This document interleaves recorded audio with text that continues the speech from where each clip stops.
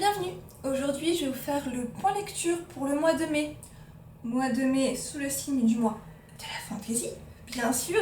Pour ce mois de mai, j'ai lu 14 livres, dont 9 romans, et donc 5 graphiques forcément. Et dans ces 9 romans, 6 ont été lus dans le cadre du mois de la fantaisie.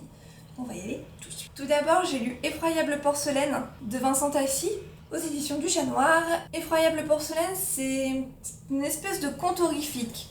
Alors, horrifique, avec des guillemets, c'est quand même un livre à destination de la jeunesse. C'est quand même tout à fait lisible, sans faire de cauchemar. On suit Sibylle, qui accompagne sa maman dans une sorte de vieux château. Sa mère revend les vieux meubles, tout ça. Et donc Sibylle l'accompagne et elle tombe sur une vieille poupée de porcelaine un peu inquiétante, mais pour laquelle elle se prend immédiatement d'affection. Sibylle aime bien tout ce que les gens trouveraient un peu étrange, un petit côté gothique. C'est une jeune fille hyper attachante. Elle et on découvre aussi son meilleur ami hyper attachant également. Et donc ces deux ados vont être entraînés dans une espèce de spirale infernale. Parce que cette poupée, il y a comme une malédiction autour. Je vous en dirai pas beaucoup plus, parce que j'ai adoré découvrir tout ça au fur et à mesure. Je vous dirais juste que la fin de ce conte, c'est une très jolie morale sur un thème que je n'ai pas vu venir, alors que pourtant il y avait quand même pas mal d'indices semés tout le long, mais je n'ai rien vu venir. Donc un conte hyper agréable à lire, avec une plume au top. J'avais jamais lu de Vincent Tassi et j'ai adoré découvrir sa plume. C'est hyper fluide, mais hyper travaillé, hyper beau. Je n'ai pas les mots. Et pour ne rien gâcher à la lecture, le récit est parsemé de petites illustrations qui sont faites par Mina M. Donc c'est la même illustratrice que pour la couverture. Et c'est super sympa, ça nous met bien dans l'ambiance. Et les illustrations arrivent à nous dépeindre l'histoire sans nous spoiler la fin, alors que ça aurait pu... Enfin, maintenant, une fois qu'on sait la fin. Et donc c'est vachement bien foutu. Voilà, une plume immersive, un conte horrifique que j'ai adoré, qui nous met en avant l'amitié, la force de l'amitié et l'importance de la tolérance. Et c'est un beau coup de cœur. Je pense que j'ai mis 19 sur 20 à cette lecture, j'ai vraiment beaucoup aimé.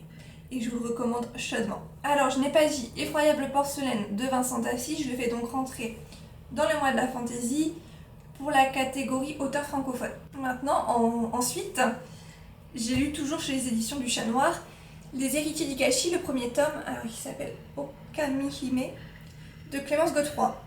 Et alors, deuxième lecture des éditions du Chat Noir pour ce mois-ci et deuxième énorme coup de cœur. J'ai adoré également cette lecture. Est-ce que je vais trouver les mots ? On est totalement plongé dans un... Je saurais même pas dire de quelle époque on est dans ce Japon. Enfin, en tout cas, c'est pas le Japon d'aujourd'hui. C'est un Japon plus historique. On suit tout ce qui est bakemono. Donc c'est un peu les esprits... des esprits animaux. Donc il y a par exemple les kitsune, qui sont quand même les plus connus. Voilà, tous ces esprits un peu mythologie japonaise, je pourrais pas vraiment vous l'expliquer parce que je m'y connais très mal et je risquerais de dire beaucoup de bêtises. Mais en tout cas, j'ai adoré plonger dans cet univers que je ne connaissais pas. Très peu, je connais très peu de choses de la mythologie japonaise, j'en suis totalement consciente. Et c'est pour ça que j'ai aussi adoré cette plongée dans cet univers. Je vais pas dire, au début j'ai eu du mal à rentrer dedans parce qu'il y avait beaucoup de mots justement liés à cette mythologie japonaise que je ne connaissais pas. Il a fallu, pour moi, le gros manque de ce livre, c'est qu'il n'y a pas de notes de bas de page. Il y aurait eu des notes de bas de page qui m'expliquaient chaque mot au départ ou un glossaire. Là, je pense qu'on tapait dans du 19-20 sur 20, sans problème, parce que j'ai beaucoup aimé. Seulement, j'ai eu du mal à rentrer dedans puisque je ne comprenais pas les mots. Donc, bakemono, nogitsune, je ne sais plus ce qu'on a encore. Je vais vous montrer. Donc ça c'est mon petit carnet où je répertorie mes lectures. Et donc pour les héritiers d'Higashi, j'ai dû me faire un petit listing avec les mots japonais que je ne connaissais pas pour ne pas mélanger les différents peuples, on va dire. Mais en gros chacun est un peu dans son clan, sauf que je mélangeais tout puisque du jour au lendemain moi je ne savais plus Nekomata, Tanuki, je ne sais quoi, je ne sais plus qui c'était. Donc j'ai dû chercher sur internet et j'ai dû me faire un rappel puisque pour bien me mettre. Une fois que j'ai passé un bon tiers du livre, là c'est bon, j'avais tout en tête, mais c'est vrai qu'au départ j'ai eu beaucoup de mal avec ça.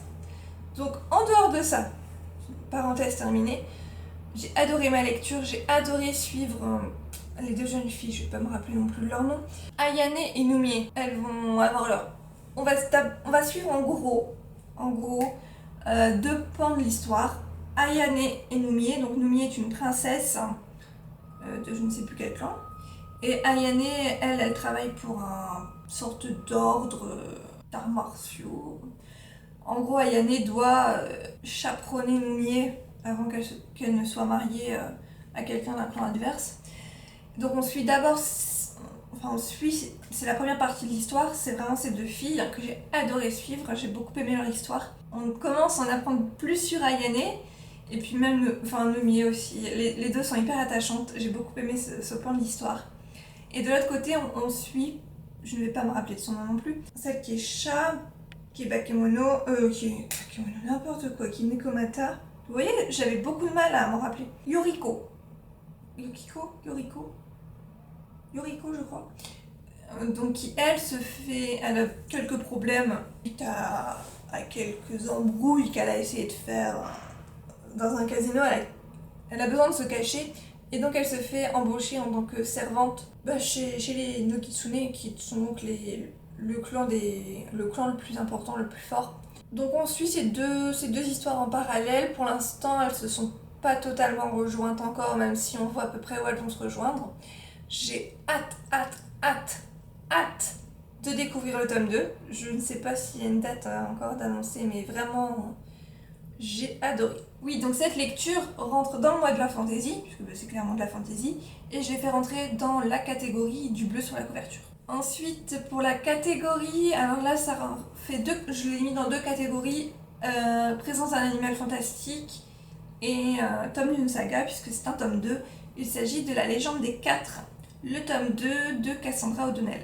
Donc celui-ci, je l'ai lu en papier, mais c'était un exemplaire de la médiathèque, donc je l'ai plus là pour vous montrer. De Cassandra O'Donnell, j'avais donc déjà lu son premier tome de La légende des 4 ça devait être en février. Je l'avais lu dans le cadre du PLIB, puisqu'il était présélectionné au PLIB. J'avais bien aimé, j'avais pas trouvé ça exceptionnel, mais j'avais bien aimé, c'était bien rythmé. Et donc du coup, j'avais envie de découvrir la suite. Donc là, on est encore avec des yokai. Bon, c'est pas la vraie mythologie japonaise, mais on reprend l'idée de clans des humains qui peuvent se transformer en animaux. En fait, ils choisissent quand ils veulent être sous forme humaine ou sous forme animale. Et donc là, il y a 4 clans, les loups justement, les tigres, les serpents et les aigles. Et à la fin du premier tome, on sent qu'il y a aussi des vrais humains. Et donc en gros, les vrais humains ont été, ont été soumis au clan yokai. Ça se passe un peu dans le futur, où les humains ont foutu la merde sur la Terre à cause de la technologie, ils ont tout foutu en l'air. Et donc, on va dire que la nature s'est vengée.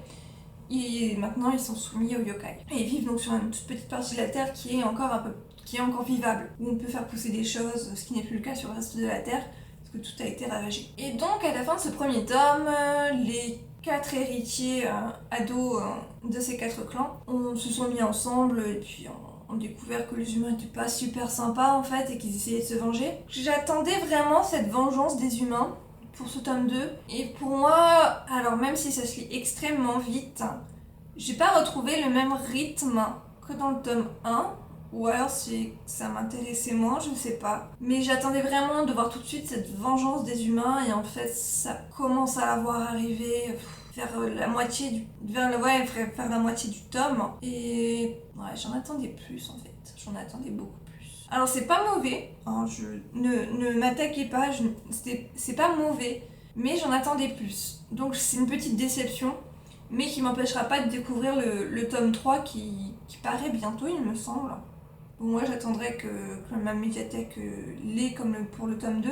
Voilà, petite déception, j'en attendais plus. Après je pense que le prochain tome c'est sur le clan des serpents. Et bon, l'héritier des serpents c'est clairement celui qui m'intéresse le plus. En fait, c'est celui qui a un petit truc en plus. Ah, des 4, c'est quand même le plus méchant, on va dire, même si justement il s'est un peu ramolli dans le tome 2. Hein. Il fait un petit peu gentil là. Non, il est méchant moi. Ensuite, alors là j'ai lu L'arrache-mot de Judith Bouilloc. Donc c'est aux éditions Hachette. Je l'avais eu en service presse grâce à Net Calais. Donc je remercie Net Calais et la maison d'édition puisque j'ai adoré ce livre. Donc je l'ai lu pour la catégorie autrice ou auteur féminine. Et j'ai beaucoup aimé. Donc là on suit une jeune fille. Elle travaille dans une bibliothèque et elle a un pouvoir où en gros quand elle lit, les mots se détachent et ça crée des illusions. Et donc on voit ce qu'elle est en train de s'imaginer dans sa tête en lisant. Je sais pas vous si vous faites ça quand... Enfin moi je sais que quand je lis, je visualise ce qui est en train de se passer. Bah elle, ce qu'elle visualise, tout le monde peut le voir. Et cette jeune fille, tout à coup, elle est promise à un illustre inconnu. D'ailleurs, elle ne sait même pas quel est son nom au moment où elle est promise en mariage. Et donc elle doit partir, laisser son métier et partir vivre à la cour. Donc à la capitale, se marier et elle va aussi...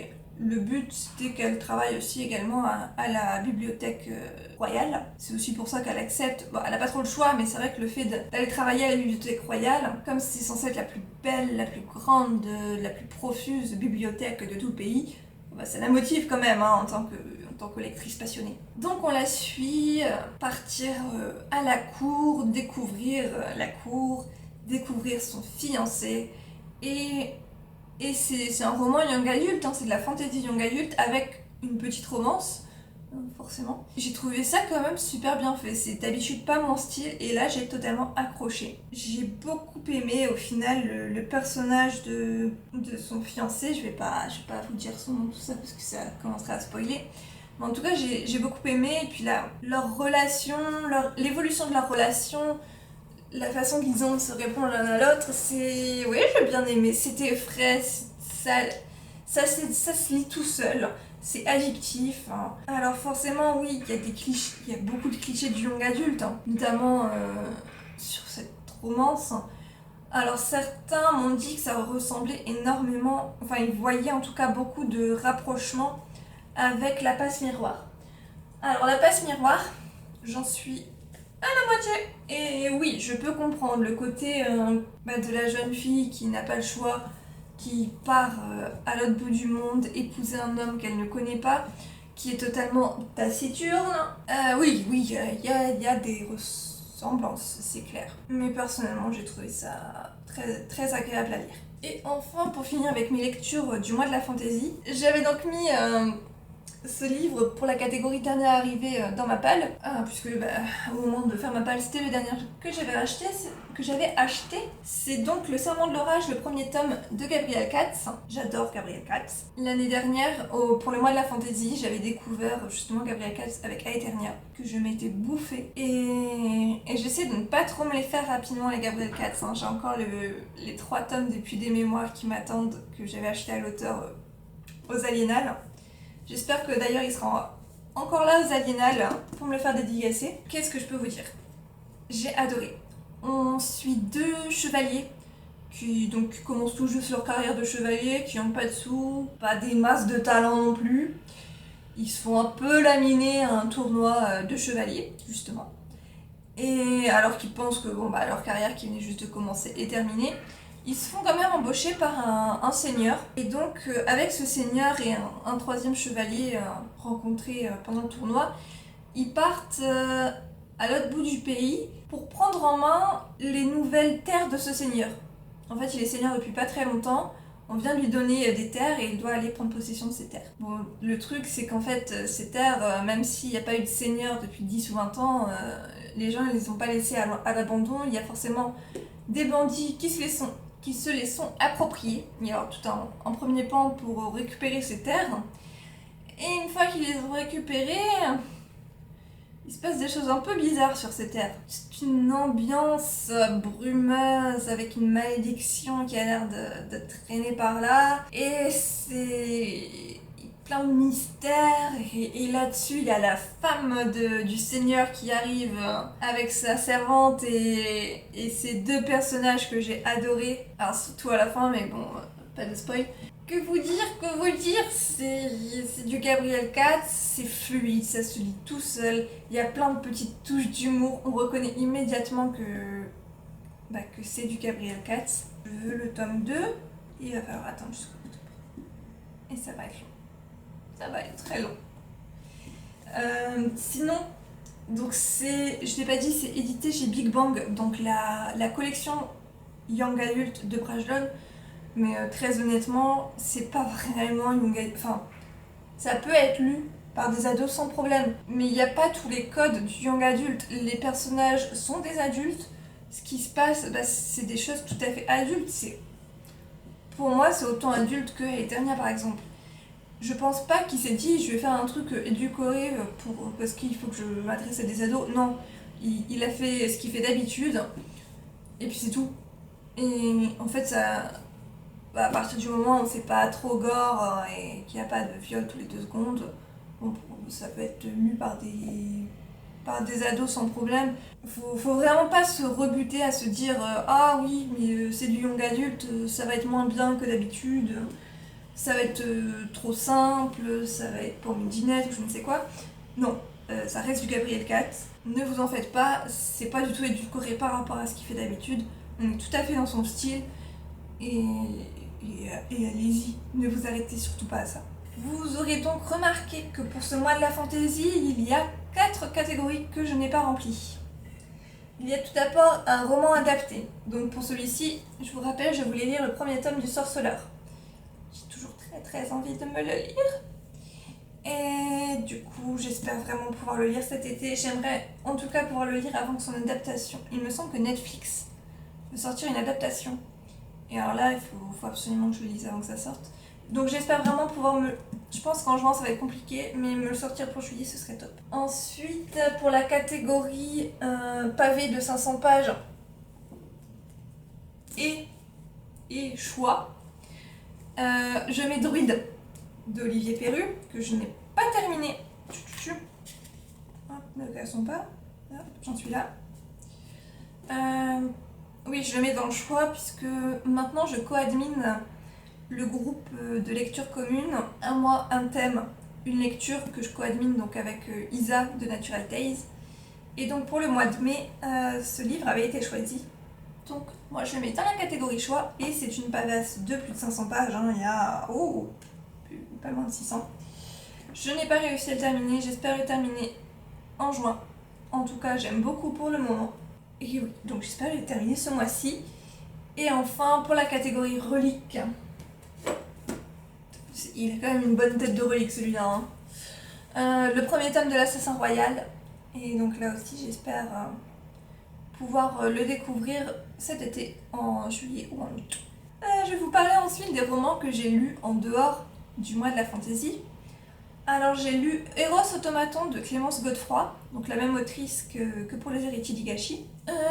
Donc là on n'est pas du tout dans le même cadre que pour Les Héritiers d'Higashi. On est dans un univers steampunk qui nous mêle des enquêtes avec un peu de romance. Et quand on commence, on est avec donc des jeunes gens qui fabriquent des automates et une autre jeune fille qui elle est plutôt couturière et qui donc habille les automates. C'est un petit concours de tomates, machin.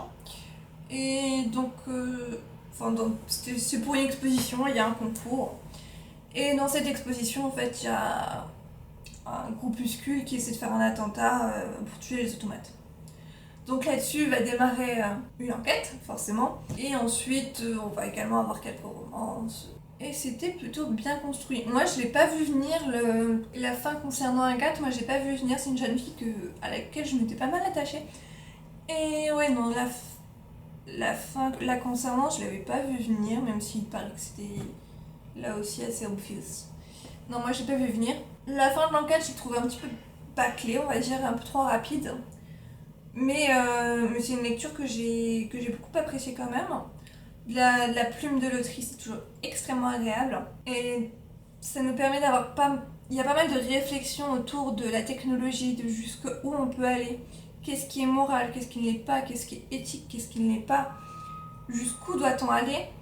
Il y a aussi également, Comme on est dans une ambiance steampunk, les femmes sont traitées comme elles l'étaient dans les années fin 1800. Donc il y a tout également des réflexions sur la place des femmes, qui n'est pas très reluisante à l'époque, même si. Donc c'était une bonne lecture qui m'a fait passer un bon moment, c'était très agréable. Et moi je vous recommande chaudement cette autrice. Ensuite j'ai lu un petit jeunesse que j'avais eu via Vianney Gallet également. Salomé et les femmes de parole. Donc là on suit Salomé qui fait son entrée en 6ème. C'est un nouveau collège qui vient juste d'être construit et donc les collégiens ont le droit de choisir le nom de leur collège. Et donc Salomé, qui s'est rendu compte qu'il y avait quand même très peu de noms de femmes pour les collèges, a très envie que son collège ait le nom d'une femme importante. Donc elle va faire ses recherches là-dessus, c'est quand même un livre, voilà, c'est un livre pour la jeunesse, donc ça peut permettre aux jeunes de découvrir certaines personnalités, ce qui est pas plus mal. Il y a pas mal de touches d'humour qui sont sympathiques. Après, j'en attendais plus sur le côté femme de parole. J'aurais aimé connaître plus de choses sur ces femmes. Là, c'est vraiment resté très en surface. Il me semble que c'est qu'un premier tome, donc peut-être que ça ira plus loin dans le tome 2, mais moi, je suis restée un peu sur ma faim.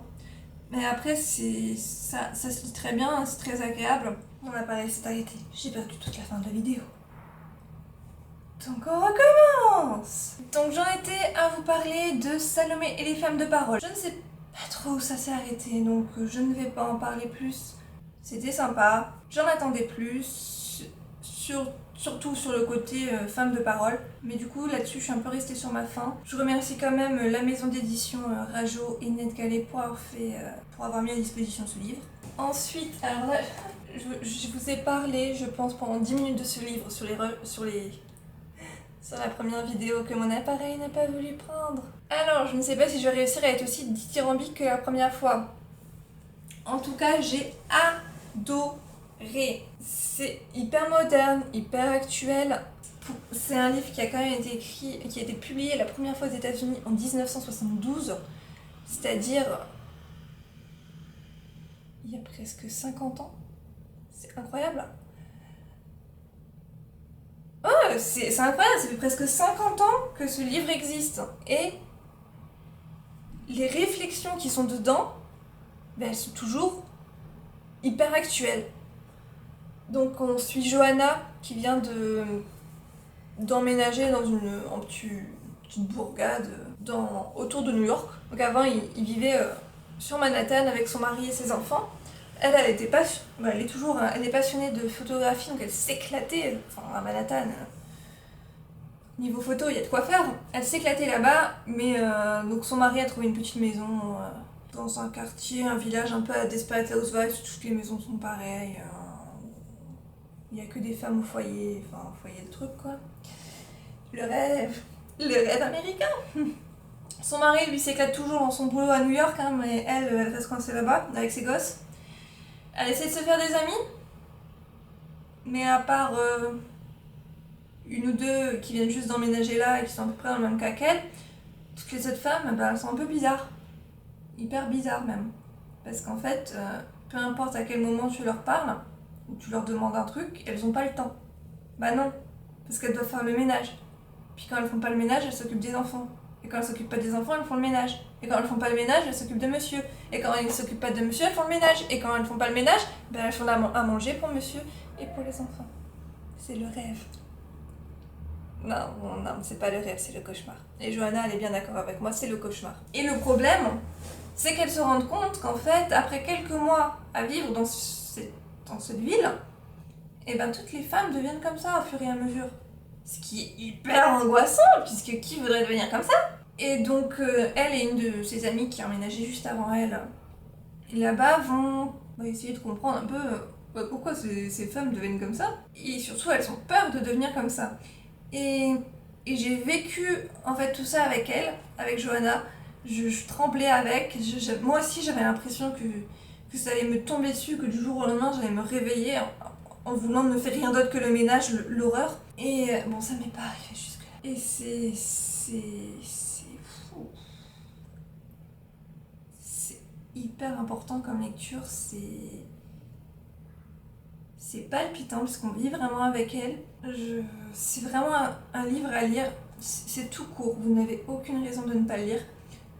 Moi je l'ai lu dans le cadre du Femini Books Challenge, donc pour le mois de mai il fallait lire un livre de science-fiction avec une héroïne.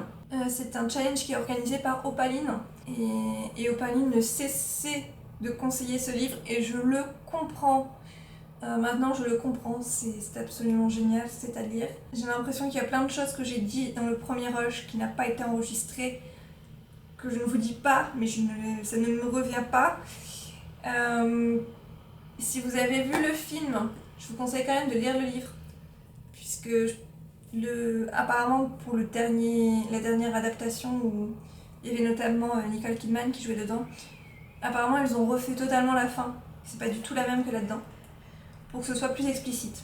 Ce que je peux comprendre, puisque c'est vrai qu'au final on manque d'explications sur pas mal de choses, sur le comment surtout. Après en soi, est-ce que c'est vraiment important de savoir comment ils ont fait? C'est surtout les réflexions qui viennent avec la lecture de ce livre qui pour moi sont importantes. Donc en tout cas, moi je l'ai pas vu ce film, mais il paraît qu'il n'est pas hyper réussi par rapport au livre, donc je vous conseille 10 000 fois de lire ce livre. Ensuite, pour les lectures graphiques, je vais me répéter là aussi. Tout d'abord, j'ai lu les 2 premiers tomes de Mortel Adèle, que j'ai adoré. Elle m'a fait mourir de rire, elle m'a fait pleurer de rire, ce qui n'arrive pas si souvent. Elle a un humour détonnant, un humour noir comme j'adore. J'essaierai de vous mettre quelques inserts.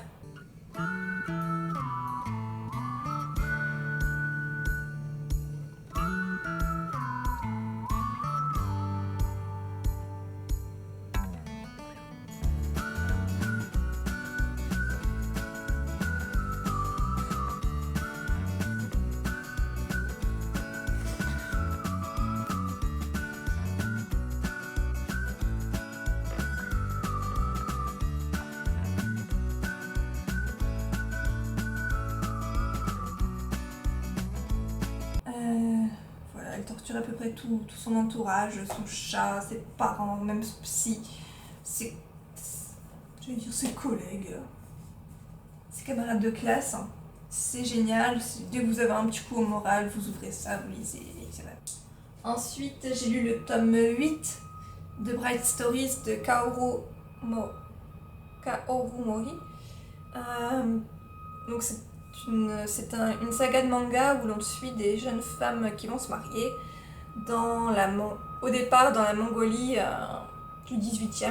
C'est hyper intéressant parce que ça nous permet de découvrir plein de traditions, de coutumes auxquelles personnellement je connaissais pas.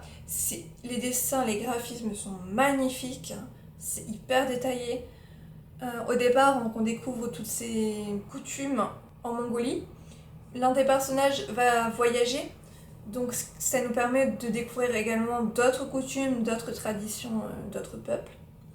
Et c'est hyper intéressant, c'est passionnant, c'est hyper beau et je vous le recommande à 10 millions de pourcents. Dans un autre style, j'ai lu Irena, le tome 2, qui s'appelle Les Justes. C'est une BD très poignante.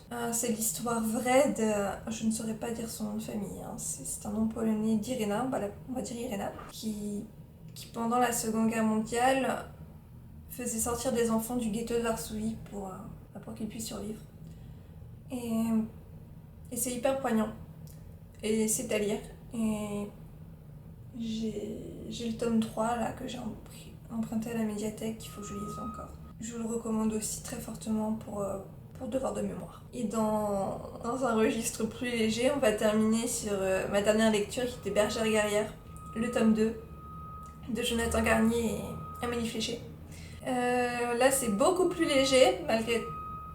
c'est pas le livre le plus léger du monde, mais c'est quand même beaucoup plus léger qu'Irena. On est plus dans un monde un peu fantasy. Tous les hommes sont partis au combat il y a des années, ils ne sont jamais revenus. Donc les femmes ne se laissent pas faire, elles ont ouvert un clan de bergères guerrières pour se défendre. Et je vais pas vous dire ce qui se passe dans le tome 1, hein. Là on suit la suite forcément. Et les planches sont très jolies, très colorées. L'histoire est hyper intéressante et je vous le recommande aussi, franchement. Si vous voulez voir des extraits de planches, j'en avais mis dans l'un de mes vlogs. Donc je vous mettrai un petit lien. Ce sera tout pour cette vidéo. J'ai l'impression d'avoir dit la moitié de ce que j'avais dit sur la première vidéo, mais tant pis, ce serait que plus rapide. Je vous dis au revoir et à bientôt dans une prochaine vidéo. Bye bye!